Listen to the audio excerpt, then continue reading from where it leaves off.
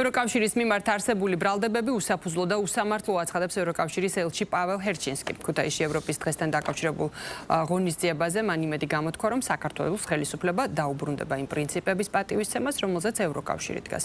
ჟურნალისტებთან საუბრისას ჰერჩინსკიმ ასევე განაცხადა, რომ 2023 წლის დეკემბრიდან საქართველოს ხელისუფლებამ გადაწყვიტა არ მიეღო ევროკავშირში არსებული კანონები და მიეღო კანონები, რომლებიც ეწინააღმდეგება ევროკავშირის წესებს, ევროკავშირის რეგულაციებს და პრინციპებს.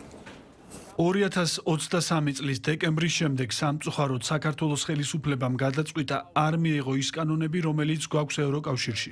არამედ მიეღო კანონები, რომელიც ეწინააღმდეგება ევროკავშირის წესებს, ევროკავშირის რეგულაციებს, ევროკავშირის პრინციპებს.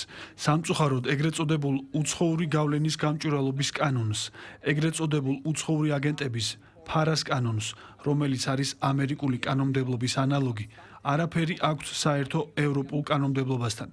ვენეციის კომისია, რომელიც ევროპის საბჭოს ორგანოა, საქართველოს ევროპის საბჭოს სრულუფლებიანი წევრია, თავის უახლოეს 20-ზე მეტ გვერდიან დასკვნაში ძალიან ნათლად ამბობს, რომ ეს კანონები არამხოლოდ ეწინააღმდეგება ევროპულ კანონმდებლობას, არამედ ისინი ეწინააღმდეგება საქართველოს ვალდებულებებს ევროპის საბჭოს წინაშე.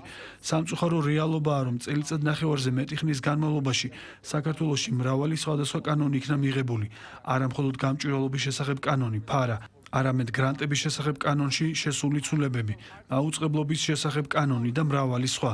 პრაქტიკულად ყოველდღე შემოდის ან იცვლება ახალი კანონები, რომლებიც ეწინააღმდეგება იმ პრინციპებს, რომლებზეც ევროკავშირია აგებული.